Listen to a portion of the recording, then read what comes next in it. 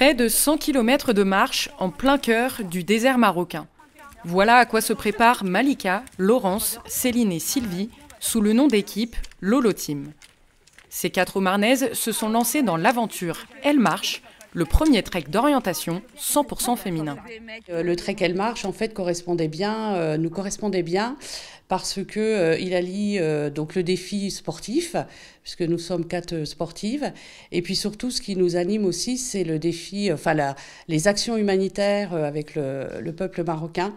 Toutes adhérentes de l'association des joggeurs du Pays Chaumontais, les 4 sportives ont parcouru plus de 300 km en 5 mois, de quoi se préparer au mieux à ces 4 jours de marche sous les 30 degrés du Sahara.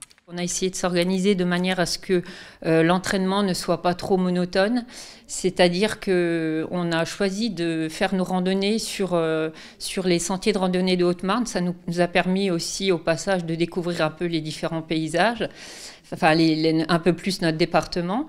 Et en fait, j'ai choisi les parcours en fonction de leur dénivelé et aussi en fonction du nombre de kilomètres.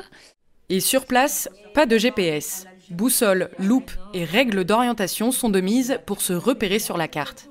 Une nouveauté pour les 4 amis qui ont donc dû s'initier à l'orientation et à la navigation avec ces techniques. Vous devez aller d'une borne 2 à la borne 3, mais la ligne droite vous fait passer par une montagne infranchissable. Vous devez reporter votre cap.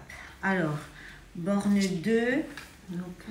Depuis la création du trek en 2016, les 4 jours sportifs s'achèvent sur une journée de solidarité organisée par l'association Le Défi du Cœur. Cette année, toutes les participantes vont aider à la plantation de palmiers et de moringas et intervenir dans l'école du village de Ramlia. On a collecté pour les enfants là-bas du petit matériel scolaire, donc crayons et puis des petites choses diverses. Des posters aussi nous sont demandés avec les lettres de l'alphabet. Côté bagages, rien n'est laissé au hasard. De nombreuses choses sont imposées par l'organisation, comme des batteries solaires, des boissons énergisantes ou encore un masque pour affronter les éventuelles tempêtes de sable. Chaque tenue doit également être rangée dans un sachet plastique pour protéger les vêtements du sable. L'ensemble doit rentrer dans un sac homologué et à Chaumont, la tradition veut que l'équipe de l'année passée passe le flambeau en donnant son sac à la nouvelle, prête à y ajouter à son tour son propre patch.